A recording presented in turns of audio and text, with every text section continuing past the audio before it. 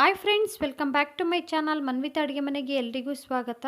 ಇವತ್ತಿನ ವಿಡಿಯೋದಲ್ಲಿ ಕಡಲೆಬೇಳೆ ಪಾಯಸನ ಹೇಗೆ ಮಾಡೋದು ಅಂತ ನೋಡೋಣ. ಹಬ್ಬದ ದಿನಗಳಲ್ಲಿ ನೀವು ವಿಶೇಷವಾಗಿ ಈ ರೀತಿ ಪಾಯಸನ ಮಾಡ್ಕೊಳ್ಬೋದು.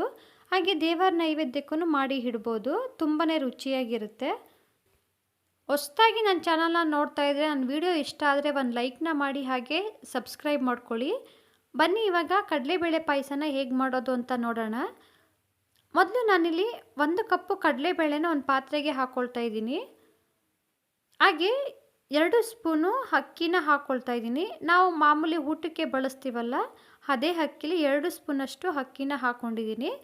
ಇವಾಗ ಇದಕ್ಕೆ ನೀರನ್ನ ಹಾಕ್ಕೊಂಡು 1-2 ಬಾರಿ ಚೆನ್ನಾಗಿ ತೊಳೆದು ಕುಕ್ಕರ್ಗೆ ಹಾಕ್ಕೊಳ್ತಾ ಇದ್ದೀನಿ. ನೀವು ಕಡಲೆಬೇಳೆನ ಸ್ವಲ್ಪ ಹೊತ್ತು ನೆನೆಸಿಟ್ಟು ಮಾಡ್ಕೊಳ್ಬೋದು. ಟೈಮ್ ಇದ್ದರೆ ನೆನೆಸಿಟ್ಟು ಮಾಡ್ಕೊಳ್ಳಿ. ನಾನು ಯಾವ ಕಪ್ಪಲ್ಲಿ ಕಡಲೆಬೇಳೆನ ತೊಗೊಂಡಿದ್ದೆ ಅದೇ ಕಪ್ಪಲ್ಲಿ 2.5 ಕಪ್ಪಷ್ಟು ನೀರನ್ನ ಹಾಕ್ಕೊಂಡಿದ್ದೀನಿ. ಇವಾಗ ಲಿಡ್ನ ಕ್ಲೋಸ್ ಮಾಡಿ 5ರಿಂದ 6 ವಿಸಿಲ್ ಕೂಗಿಸ್ಕೊಳ್ಬೇಕು. ಕಡಲೆಬೇಳೆ ಬೇಯೋ ಅಷ್ಟರಲ್ಲಿ ಬೆಲ್ಲನ ಕರಗಿಸ್ಕೊಳ್ಳೋದಕ್ಕೆ 1 ಕಪ್ಪಷ್ಟು ಬೆಲ್ಲನ ತೊಗೊಂಡಿದ್ದೀನಿ. ಒಂದು ಅರ್ಧ ಗ್ಲಾಸಷ್ಟು ನೀರನ್ನ ಹಾಕ್ಕೊಂಡು ಕರಗೋದಕ್ಕೆ ಬಿಟ್ಟಿದ್ದೀನಿ. ಬೆಲ್ಲ ಏನು ಪಾಕ ಬರೋದೇನು ಬೇಡ, ಎಲ್ಲ ಕರಗಿದ್ರೆ ಸಾಕಾಗುತ್ತೆ. ನೋಡಿ ಇವಾಗ ಎಲ್ಲ ಚೆನ್ನಾಗಿ ಕರಗಿದೆ. ಫ್ಲೇಮ್ನ ಆಫ್ ಮಾಡ್ಕೊಂಡಿದ್ದೀನಿ. ಒಂದು ಬಾಣಲೆಗೆ 1 ಸ್ಪೂನು ಗಸಗಸೆನ ಹಾಕ್ಕೊಂಡು ಫ್ರೈ ಮಾಡ್ಕೊಳ್ತಾ ಇದ್ದೀನಿ.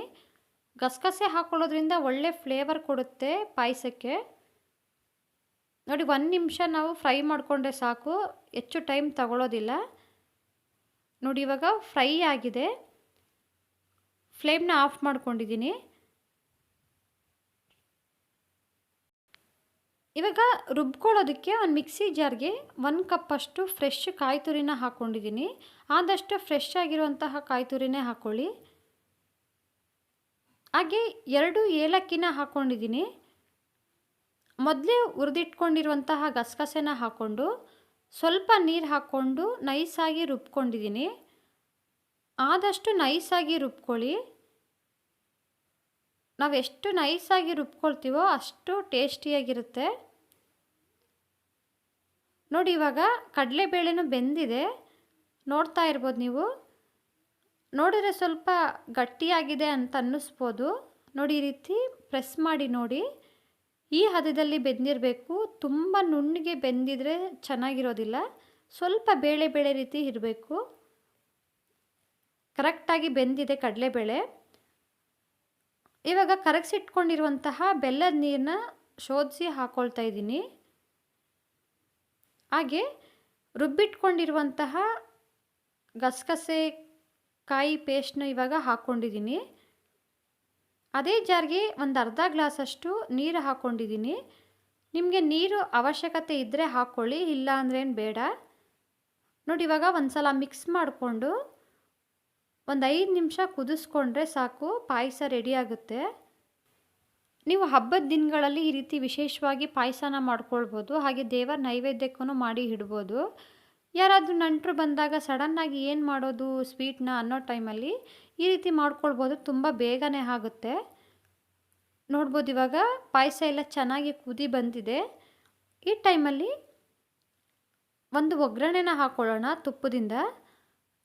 ಒಂದು ಬಾಣಲೆಗೆ 2 ಟೇಬಲ್ ಸ್ಪೂನಷ್ಟು ತುಪ್ಪನ ಹಾಕ್ಕೊಂಡಿದ್ದೀನಿ. ತುಪ್ಪ ಬಿಸಿಯಾದ ನಂತರ ಒಂದು 6ರಿಂದ 7 ಗೋಡಂಬಿ, 4 ಬಾದಾಮಿನ ಕಟ್ ಮಾಡಿ ಹಾಕ್ಕೊಂಡಿದ್ದೀನಿ. ಹಾಗೆ ಸ್ವಲ್ಪ ದ್ರಾಕ್ಷಿನ ಹಾಕ್ಕೊಂಡು ಫ್ರೈ ಮಾಡಿಕೊಂಡು ಪಾಯಸಕ್ಕೆ ಮಿಕ್ಸ್ ಮಾಡಿಕೊಂಡ್ರೆ ರುಚಿಯಾದ ಕಡಲೆಬೇಳೆ ಪಾಯಸ ರೆಡಿ ಆಗುತ್ತೆ. ನಾವು ಮೊದಲು ಗೋಡಂಬಿ ಮತ್ತು ಬಾದಾಮಿನ ಫ್ರೈ ಮಾಡಿಕೊಂಡು ಆ ನಂತರನೇ ದ್ರಾಕ್ಷಿನ ಹಾಕ್ಕೊಳ್ಳಿ, ಯಾಕಂದರೆ ದ್ರಾಕ್ಷಿ ಬೇಗನೆ ಕಪ್ಪಾಗ್ಬಿಡುತ್ತೆ. ನೋಡಿ ಇವಾಗ ಕುದೀತಾ ಇರುವಂತಹ ಪಾಯಸದ ಜೊತೆ ಹಾಕ್ಕೊಂಡು ಒಂದು ಸಲ ಮಿಕ್ಸ್ ಮಾಡಿಕೊಂಡು ಇವಾಗ ಫ್ಲೇಮ್ನ ಆಫ್ ಮಾಡ್ಕೊಳ್ತಾ ಇದ್ದೀನಿ. ಪಾಯಸನ ಬಿಸಿ ಇರುವಾಗಲೇ ನೀವು ಸರ್ವ್ ಮಾಡ್ಕೊಳ್ಳೋ ಬದಲಾಗಿ ಸ್ವಲ್ಪ ತಣ್ಣಗಾದ ನಂತರ ಸರ್ವ್ ಮಾಡ್ಕೊಳ್ಳಿ. ತುಂಬಾ ರುಚಿಯಾಗಿರುತ್ತೆ. ತುಪ್ಪದ ಫ್ಲೇವರ್ ಎಲ್ಲ ಚೆನ್ನಾಗಿ ಮಿಕ್ಸ್ ಆಗಿರುತ್ತೆ. ನೋಡಿ ಇವಾಗ ಸರ್ವ್ ಮಾಡ್ಕೊಳ್ತಾ ಇದ್ದೀನಿ. ನೀವು ಖಂಡಿತ ಈ ವಿಧಾನದಲ್ಲಿ ಒಂದು ಸಲ ಟ್ರೈ ಮಾಡಿ ಹೇಗೆ ಬಂತು ಅಂತ ಕಮೆಂಟ್ ಮಾಡಿ ತಿಳಿಸಿ. ನಾನಿವತ್ತು ಮಾಡೋ ಈ ರೆಸಿಪಿ ನಿಮಗೆ ಇಷ್ಟ ಆಗಿದ್ರೆ ಒಂದು ಲೈಕ್ ಮಾಡಿ. ಇನ್ನಷ್ಟು ಈಸಿ ರೆಸಿಪಿಗೋಸ್ಕರ ಮನ್ವಿತಾ ಅಡುಗೆ ಮನೆನ ಸಬ್ಸ್ಕ್ರೈಬ್ ಮಾಡ್ಕೊಳ್ಳಿ. ಹೀಗೆ ಸಪೋರ್ಟ್ ಮಾಡಿ. ವಿಡಿಯೋ ನೋಡಿದ್ದಕ್ಕೆ ಎಲ್ರಿಗೂ ಧನ್ಯವಾದಗಳು.